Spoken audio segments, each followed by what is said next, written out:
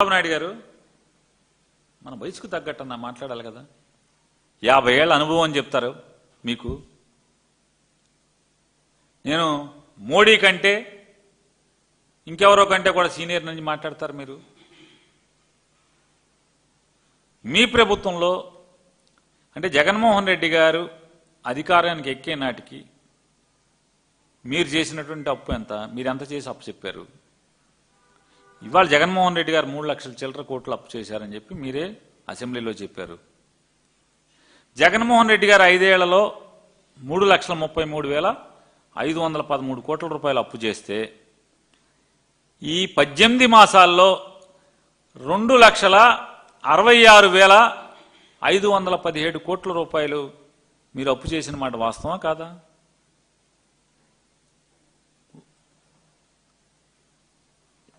వారం వారం అప్పే కదా.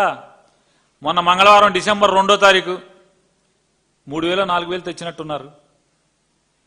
దాంతో కలిపి 2,66,000 కోట్ల 66,516 కోట్లు 17 కోట్లు అని చెప్తున్నారు.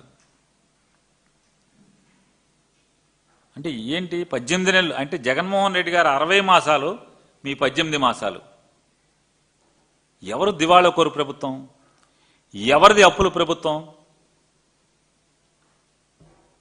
ఎవరిది అప్పుల ప్రభుత్వం? చంద్రబాబు నాయుడు గారు ఇంకా పచ్చిగా ఏం మాట్లాడతారు? జగన్మోహన్ రెడ్డి గారు భవిష్యత్ ఆదాయాల్ని అంటే జగన్మోహన్ రెడ్డి